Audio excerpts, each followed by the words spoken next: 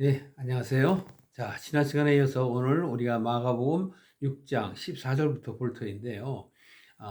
여기에는 약간의 어떤 그 문제가 있습니다. 문제라기보다는 왜 마가가 여기에 6장 14절부터 29절까지 왜 세례 요한의 이야기를 마가복음 1장에서 했던 그 초기의 내용을 다시 한번 우리들에게 알리면서 또 세례 요한의 죽음에 관해서 우리에게 무엇을 알리고자 하는가.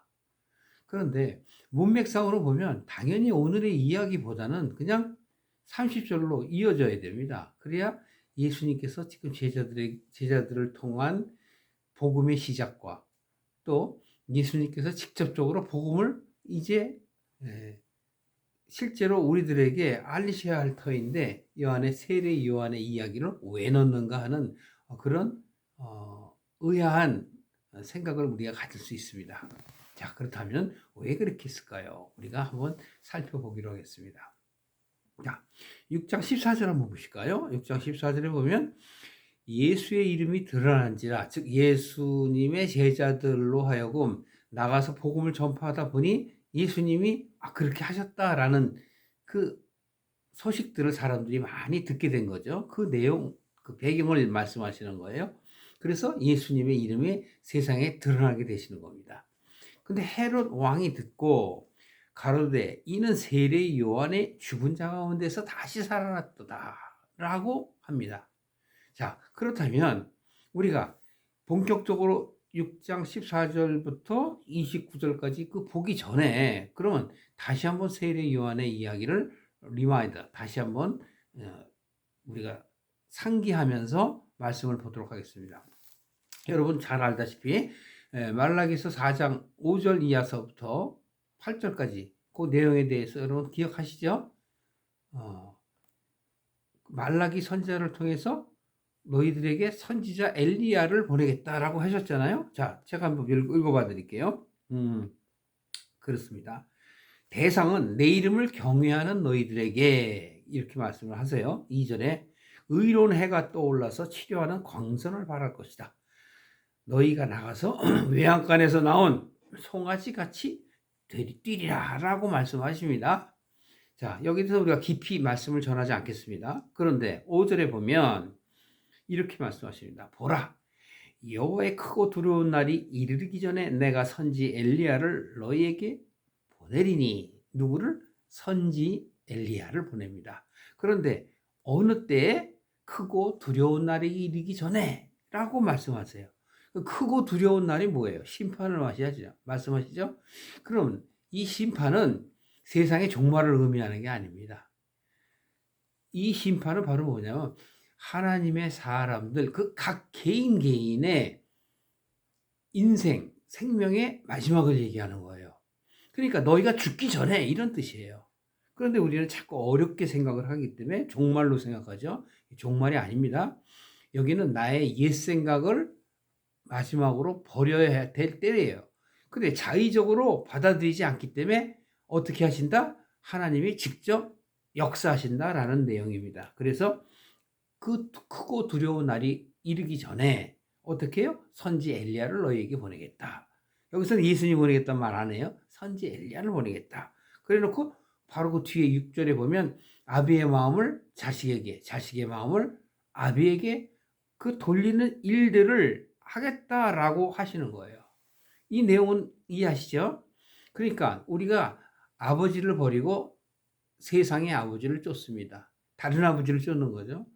그런 것을 돌이켜서 깨닫게 하는 바로 선지 엘리야를 우리에게 보내시겠다라는 말씀을 하시는 거예요.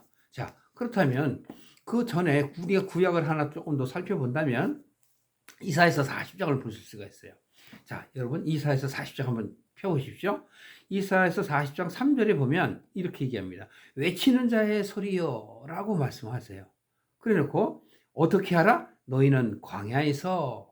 근데 여기서 너희는 그러면 복수잖아요. 아까는 선지 엘리야라면 단수예요. 한 사람을 보내겠다. 그런데 여기 40장에 보면 이사야서는 말라기보다 훨씬 그 이전에 쓰여져 있죠. 그런데 여기서 보면 너희는 광야에서 여호와의 길을 예비하라. 사막에서 어떻게 하라고요? 우리 하나님의 대로를 평탄케 하라. 결국 이 얘기는 뭐냐면 하나님의 사람들, 즉 크리스천인 여러분 한 사람 한 사람의 마음의 문을 열라는 거예요. 그래서 광야된 너의 마음, 그 얘기를 광야에서 하나님의 대로, 즉 하나님의 진정한 그 말씀을 어떻게 하라? 평탄케 하라. 열라는 얘기예요. 그래서 4절에 골짜기마다 도두어지고 산마다 작은 산이 낮아지고 고르지 않는 것들이 평탄케 되며 험한 곳이 평지가 될 것이다. 이전에 제가 말씀을 드린 것처럼 우리들의 믿음의 수준에 그 각자가 다 다르기 때문에 너희는 이라는 복수를 쓴 거예요. 그러면 말라기에서는 바로 이사야서의 그 말씀을 다시 한번 강조를 하는데 40절에서는 전체 하나님의 사람들에게 얘기했다면 바로 말라기서에서는 선지 그 엘리야를 딱 꼬집어서 얘기한 거예요. 그러니까 어떻게 되겠어요? 바로 이제 구약의 시대를 끝내기 이전에 마지막으로 말씀을 하신다. 이렇게 볼 수가 있는 것이에요. 그래서 6절 한번 보세요. 말하는 자의 소리여 가로되 외치라. 즉 하나님의 말씀을 받은 자들아 너희는 마음을 이렇게 열라 하는 거예요. 대답하되 내가 무엇을 외치리까? 라고 하되 가로되 그렇게 얘기하니까 내가 무엇을 외쳐야 돼요? 그 얘기예요. 하나님께서 마음의 문을 열라고 그러는데 알아듣지 못하는 거예요. 그러니까 좀 더 하나님이 쉽게 말씀을 하세요. 뭐라고 얘기하냐면 육체는 풀이요 그 모든 아름다운 들의 꽃과 같으니. 그러니까 들에 핀 꽃과 같다는 거예요. 바로 이 육체가 풀이라는 얘기는 바로 무엇을 말하죠? 중요한 것은 육에 있지 아니하고 영에 있다라는 걸 말씀하시기 위해서 지금 이사야를 통해서 얘기하는 겁니다. 이해하시죠? 그렇다면 자 여러분 하나님께서는 우리에게 우리의 삶의 어떤 육체적인 그 곳에 육체적인 곳이라는 거 우리의 삶의 인생을 얘기하는 거 거기에 초점을 맞추는 게 아니라 영원한 삶, 영생 바로 영적인 부분에 대해서 말씀하시는 걸 여러분들이 분명히 알고 성경을 봐주시길 바래요. 그래야 말씀이 이해가 되는 거거든요. 그래서 바로 이런 거예요. 들의 풀과 같다, 들의 꽃과 같다. 그러면서 그것들이 바로 시간이 지나면 잠깐이라는 얘기예요. 바로 보세요. 8절에 풀은 마르고 꽃은 시드나 우리 하나님의 말씀은 영영이 서리라. 바로 하나님은 원하시는 건 이거예요. 하나님의 말씀, 진리란 말이죠. 이것이 영영이 선다는 것이에요. 그래서 9절에 결론을 얘기하세요. 아름다운 소식을 시온에 전하는 자요. 그럼 뭘 아까 우리가 무엇을 외치리까 그랬잖아요. 바로 뭘 말씀하는 거예요? 아름다운 소식. 복음이에요. 이게 복음. 신약 때 오면 이것을 시온에 전하는 자예요. 시온은 하나님이 계시는 곳을 얘기하죠. 그럼 시온에 전한다는 건 뭐예요? 하나님 사람들의 마음에 전하는 얘기죠. 높은 산에 오르라. 높은 산에 오른다는 건 무슨 뜻일까요? 높은 산이면 하나님과 조우하는 곳이 바로 시온이라 그랬죠. 하나님이 계시는 곳, 말씀이 있는 곳, 그곳에 바로 어떻게 하라고 그래요? 시온산에 너희들이 전하라죠. 소식을. 높은 산에 오르라. 아름다운 소식을 예루살렘에 전하는 자요. 다시 한번 말씀을 반복을 하시면서 너는 힘써 소리를 높이라 두려워 말고 소리를 높여 유다의 성읍들에게 이르기를 너희 하나님을 보라라 이렇게 말씀하세요.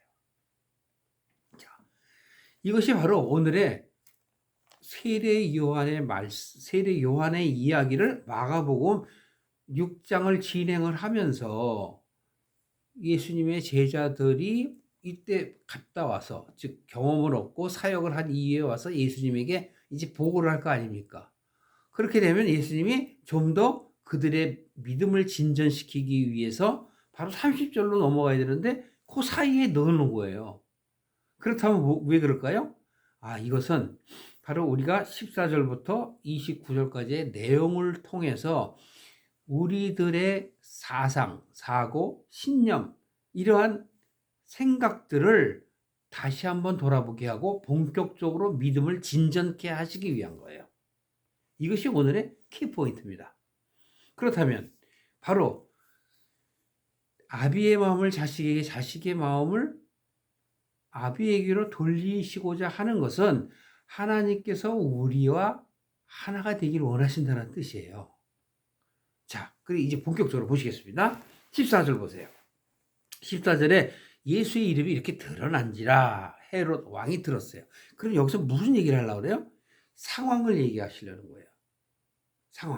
상황에는 여러 사람이 여기서 나옵니다. 예를 들어서 헤롯도 나오지만 일반적인 종교인들의 생각들을 나타내고 또 새 장가간 헤로디아와 결혼한 그 헤로디아의 생각, 그리고 그 헤로디아가 아니죠. 바로 그 딸의 생각들을 나타냅니다. 근데 그러니까 이 개념은 뭐냐면 일반 사람들과 믿음의 사람, 우리가 이 이전에 고향의 사람들과 제자들의 어떤 사고의 차이에 대해서 드러내놓고 좀 더 깊이 얘기하는 거예요. 자, 그래서 보시겠습니다. 바로 헤롯 분봉왕이죠. 바로 헤롯 2세예요. 그러니까 이 헤롯 2세가 바로 분봉왕이 돼서 로마가 지정해준 말하자면 총독 비슷한 거죠. 근데 여기서는 이스라엘 사람 가운데서 왕으로 세운 겁니다. 그 깊이는 나중에 여러분들이 성경을 보시고 주석을 보시면 아시니까 그렇게 보시면 되고요. 여기서 이제 내용을 보면 이렇게 합니다. 그러므로 이러한 능력이 그 속에서 운동하느니라. 예수님이 소리가 막 소문이 나니까 바로 그게 세례 요한이 죽은 자 가운데서 다시 부활했다라고 얘기를 하는 거예요. 이 당시에는 물론 부활이라는 개념이 있었어요. 사두개인들이 주장을 하는 바니까. 바리새인들은 부활을 주장하기보다는 삶에서 어떤 그런 선적, 요새 말로 보면 도덕적인 그런 생활에 포커스를 맞췄어요. 그러니까 율법을 중시했던 바로 그 부류가 바리새인이에요. 그들이 하나님의 말씀도 가리켰거든요. 근데 바로 여기서 이렇게 얘기해요. 그렇다면 세례 요한에 대해서 다시 한번 얘기를 합니다. 15절에 보시면 어떤 이는 엘리야라고 하고 또 어떤 사람은 선지자라고 하니까 바로 옛 선지자 중에 하나와 같다라고 말하더라 라고 얘기합니다. 이게 바로 종교인들의 생각을 얘기하는 거예요. 신앙인이 안 되었어요. 종교인이라는 건 기독교인, 그렇다면 기독교인은 그냥 세상 속으로 분류해 놓은 거예요. 여기서도 이 사람들은 자기들이 하나님의 선택을 받고 삶이 크리스천이라고 하지만 오늘 시대에 비유하면 하지만 정작 왜 자기가 기독교인인지를 깨닫지 못하는 사람들. 그러니까 이 세상에도 속해 있고 하나님께도 속하고 싶어하는 사람들을 얘기하는 거예요. 그걸 종교인이라고 얘기하는데 바로 이들의 생각은 바로 엘리야, 선지자 이렇게 얘기를 한단 말이에요. 그 얘기는 바로 뭐냐면 구약 시대 때 우리가 조금 전에 살펴본 것처럼 이사야서 40장이나 말라기야서 4장 5절 이하에 나와 있는 그 선지자 그가 아니냐 이런 소문들이 나 있기 때문에 그렇게 평가한다라는 얘기입니다. 16절에 그런데 헤롯이 듣고 이 소문을 듣고 내가 목배인 요한 그가 살아났다라고 생각하는 거예요. 왜냐하면 헤롯은 세례 요한에게 많은 영향을 받았어요. 어떤 영향을 받았나 살펴보시겠습니다. 전에 헤롯이 자기의 동생 빌립의 아내 헤로디아, 여기 헤로디아 새로 결혼한 사람이 바로 자기 동생의 아내였어요. 이 헤로디아에게 장가 들었기 때문에 이 여자를 위하여 사람을 보내어 요한을 잡아서 옥에 가두었다. 왜냐하면 이 세례 요한이 헤롯에게 바른 소리를 했거든요. 너의 행동은 잘못된 것이다. 왕으로서 네가 치리자로서 어떻게 동생의 아내를 빼앗아서 너의 아내로 참느냐. 부정을 했거든요. 그러니까 세례 요한이 아주 마음에 걸림이 됐어요. 그 걸림을 해소하기 위해서 요한을 감옥에 잡아두었던 것이죠. 그리고 그 이후에 요한이 어떻게 죽었는가 하는 것들을 기술하고 있습니다. 자, 그래서 그 목 베어, 자기가 목 베었다는 거죠. 목을 베었는데 바로 그가 살아났다 하더라. 전에 헤롯이 자기가 동생 빌립의 아내 헤로디아에게 장가든 거로 이 여자를 위하여 사람을 보내어 요한을 목에다 가뒀다 그랬죠. 왜? 이는 요한이 헤롯에게 말하되 동생의 아내를 취한 것이 옳지 않다라고 하였기 때문이다. 헤로디아가 요한을 원수로 여기고, 그 여기서 헤로디아는 바로 남편보다는 어떻게 해요? 왕을 더 사모한 거예요. 그 형을 더 사모한 거죠. 그래서 어떻게 돼요? 그 바른 말을 하는 요한을 원수로 생각했다라고 말합니다. 그러나 자기가 그 뜻대로 하지 못했는데 20절에 헤롯이 요한을 의롭고 거룩한 사람으로 알았다. 그래서 두려워하고 보호하며, 그러니까 그 당시에는 요한을 죽이질 않았어요. 그의 말을 들을 때, 즉 요한의 말을 들을 때 크게 번민을 느끼고 또 받아들이기도 했다. 그것이 바로 달게 들음이더라라는 표현을 쓰는 거예요. 우리는 때로는 어떤 사람이 옳은 소리를 하면 그것이 옳은 소리임에도 당연히 내가 들어야 함에도 불구하고 어떻게 돼요? 바로 역발상적인 생각을 갖게 되잖아요. 그것은 뭐냐면 내가 행한 행위를 합리적으로 변명하기 위해서 하나의 구실을 갖게 되는 거예요. 그러니까 합리화하기 위해서 바로 옳은 말을 하는 것들을 부정을 하게 되는 거죠. 그 얘기를 해요. 이것은 바로 무엇을 얘기할까요? 우리 각자도 헤롯과 같은 마음이 있다는 걸 말씀하시는 거예요. 우리도 바로 도덕적이고 윤리적인 그런 양심이 있어요. 누구에게나. 그럼에도 불구하고 자기가 행한 그런 악한 행위들을 감추기 위해서 다르게 행동한다는 거예요. 어떻게? 양심과는 다르게 반대로 행하는 거예요. 그리고 합리적이지 못한 그러한 자기의 변명거리를 늘어놓게 되는 것이죠. 자, 보십시오. 그래서 크게 번민을 느끼면서도 달게 들음이었더라라고 얘기해요. 20절에. 그리고 이어서 마침 기회에 좋은 날이 왔으니 바로 설명합니다. 헤롯이 자기 생일에 대신과 또 천부장들과 갈릴리의 귀인들과 더불어 잔치할세. 바로 파티하는 겁니다. 사람들을 초청을 했어요. 바로 기득권자들을 전부 불러 모으고 잔치를 벌였어요. 그때 바로 헤로디아의 딸이, 헤로디아는 부인이죠. 세부인. 이 딸이 들어와서 춤을 춥니다. 그래서 그 온 회중들을 기쁘게 해요. 여기서 회중이라는 말은 바로 기득권자들을 얘기하는 거예요. 그럼 이건 영적으로 여러분들이 한번 생각을 해보세요. 무슨 뜻일까? 자, 함께한 자들을 기쁘게 한지라 왕이 그 여아에게 이르되, 바로 그 딸이 좀 어렸나 보죠. 무엇이든지 네가 원하는 것을 내게 요구해라, 구하라. 그러면 내가 다 들어주리라 라고 얘기합니다. 여기에서 바로 뭐냐면 우리들의 각자의 삶 속에서 여러분은 이 지금 내용들을 보면서 내 삶 속에서 내가 옳은 일, 즉 우리 종교인에서 신앙인이 되려면 정말 하나님의 뜻을 깨닫고 왜 내가 하나님을 믿어야 되는지, 왜 예수님을 믿어야 되는지, 왜 믿음이 내게 필요한지 그거를 깨달아 알아야 되는데 알지 못해요. 그냥 듣기만 해요. 그러니까 자기의 생각을 굽히지 않아요. 그 얘기는 마태복음 16장에서 하는 말이에요. 자기를 부인해야 하는데 자기를 부인하지 않습니다. 즉 자기의 생각을 전혀 내려놓지 않으니 내 잔에 물이 가득 차서, 내 걸로 가득 차서 다른 물, 즉 깨끗한 물, 생수가 들어올래도 들어올 수가 없고 넘쳐버리는 거예요.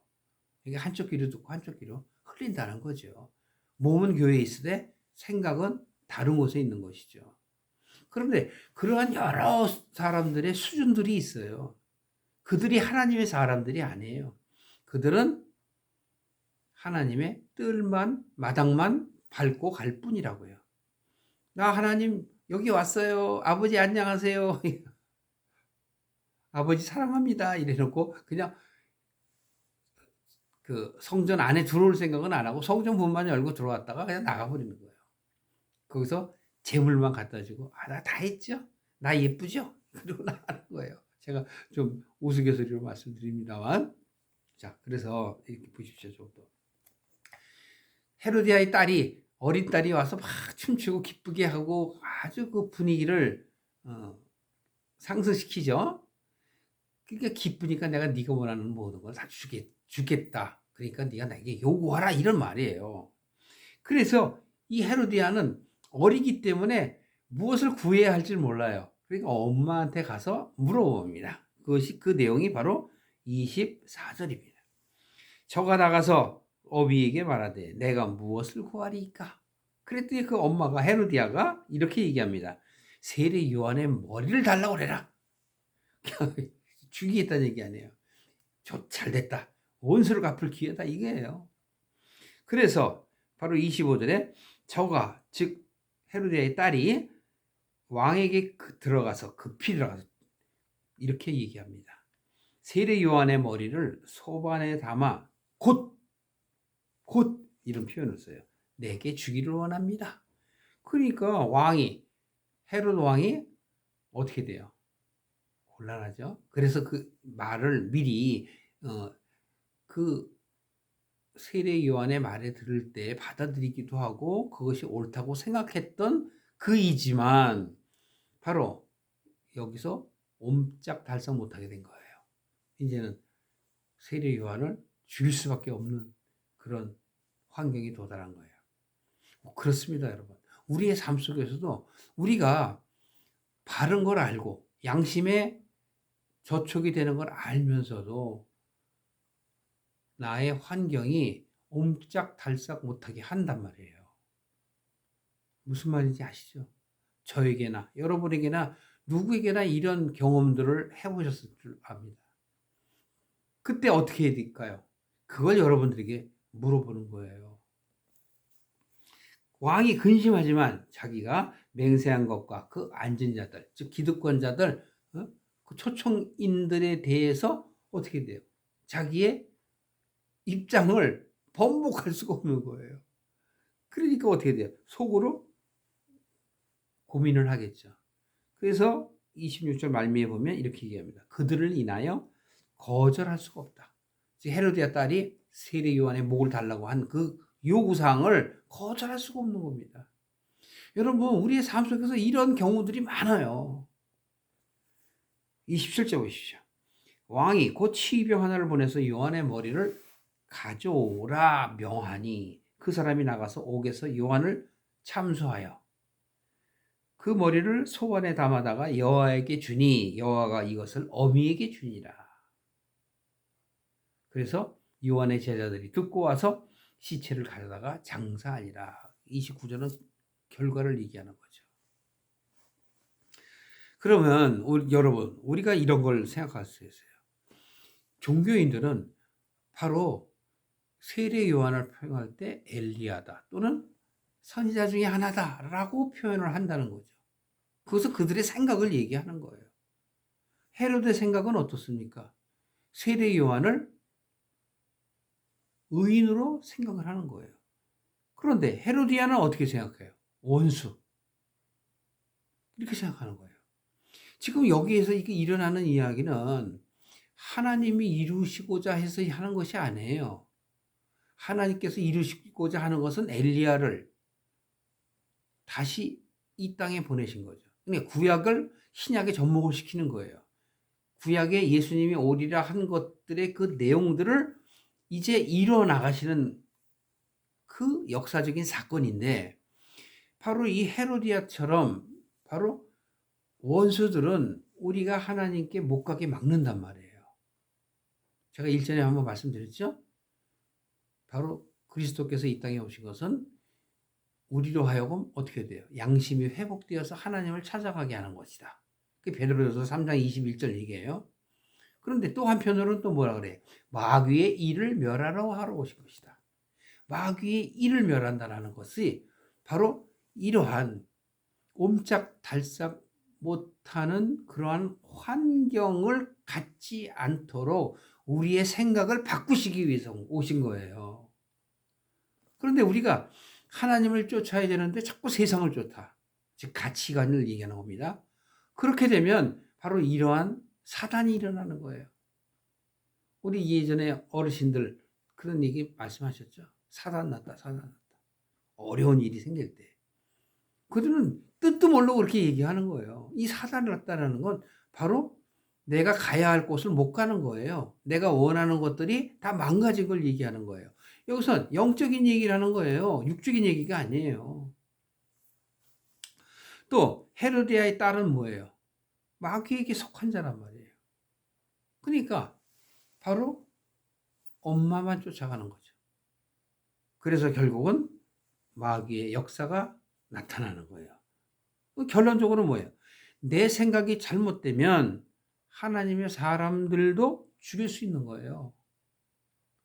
여러분이 크리스천이라고 하면, 크리스천이라고 말을 하면서 내 생각이 잘못되면 다르게 전달해. 그 다르게 전달하는 게 사람을 죽이는 거예요. 뭘로? 영적으로. 그게 성령 회방죄예요. 내가 깨닫지 못하면서 엉뚱한 말을 하면서 그걸 복음이라고 얘기해요. 예수를 믿는 것, 그러면 천국에 간다. 맞는 말이죠. 근데 왜 믿어야 하는지, 왜 예수가 그리스도가 되었는지를 깨달아 알아야 돼요. 말만 한다고 이루어지는 것이 아니거든요. 또 우리들은 이러한 생각들을 회개를 해야 돼요. 회개를 해서 실수를 하지 말아야 돼요. 다시 말해서 육적인 사고, 육적인 가치를 버려야 된단 말이에요. 우리는 그것들을 자꾸 이루지 못하기 때문에 엉뚱한 생각들을 하게 되는 거예요. 마태복음 22장 40절에도 보면은요, 하나님께서 바로 예수 그리스도를 통해서 우리들에게 알려주세요. 사람들이 예수님께 우리가 어떻게 하나님을 따르겠습니까? 라고 얘기해요. 그러니까 예수님께서 뭐라고 얘기해요? 너희는 마음을 다하고 뜻을 다하여 내 하나님을 사랑하라. 두 번째 강령은 내 이웃을 사랑하라. 이렇게 말씀을 하세요. 근데 우리는 자꾸 바깥의 것만 생각해. 그러니까 윤리적인 일만 하고 구제하고 막 기도하고 막 금식하고 그러는 것들을 행위적으로만 하려고 해요. 누가복음 16절에도 보면 율법과 선지자는 요한의 때까지라 그래. 율법과 선지자가 요한의 때까지라는 건 뭐예요? 옛 가치, 옛 생각을 버리라 이거예요. 그렇게 되면 어떻게 돼요? 하나님의 복음이, 하나님의 말씀이 너희에게 들어오리라. 그래서 그리스도의 하나님의 나라가 너희에게 들어온다라는 얘기예요. 하나님의 나라가 너희에게 들어온다라는 건 나의 가치가 육적인 생각에서 이제는 영적인 생각으로 바뀌는 가치를 갖게 된다는 걸 얘기하는 거예요. 그래서 성령을 받아라라는 얘기는 어떤 뭐 육신의 병을 고치고 내가 원하는 것들이 이루어지고 그래서 뭐 성령을 받아라 막 그런 게 아니에요. 성령을 받아라는 건 깨달으라는 얘기예요. 나의 가치관이 바뀌어야 된다는 거예요. 근데 받아들여야만 바뀌지, 받아들이지 않으면 안 바뀌어요. 내 것으로 가득 차 있기 때문에. 그래서 이 로마서에도 보면, 로마서 10장에도 보면 예수님께서 바로 율법의 마침이다. 하나님의 나라가 이제부터 침노한다라는 그 얘기는 바로 내가 바뀌어서 하나님의 말씀이 내가 깨달아 내가 받아들이면 그게 율법의 마침이 되는 거예요. 그러면 이러한 율법 또는 선지자의 이런 강령, 구약의 내용들 이런 것들은 뭐예요? 하나님의 사람들이 잘못된 생각을 갖고 있는 걸 고치기 위해서라는 거죠. 그럼 하나님의 사람들을 가르치시기 위해서 하는 거예요. 그러면 오늘의 문제가 해결됐죠. 그러니까 6장 14절부터 29절까지 세례 요한의 이야기를 넣은 건 뭐예요? 우리들의 생각, 우리들의 가치관이 바뀌어야 된다고 말씀을 하시는 거죠. 여러분과 저는 이러한 생각들이 올바르게 되어 이제 30절부터 예수님께서 오병이어, 칠병이어 또 여러 가지의 그런 가르침이 있습니다. 본격적인 그 가르침을 받아들이기 위해서 여러분의 마음 또한 정리해야 될 걸 성경은 말씀하고 있습니다. 기도하시겠습니다.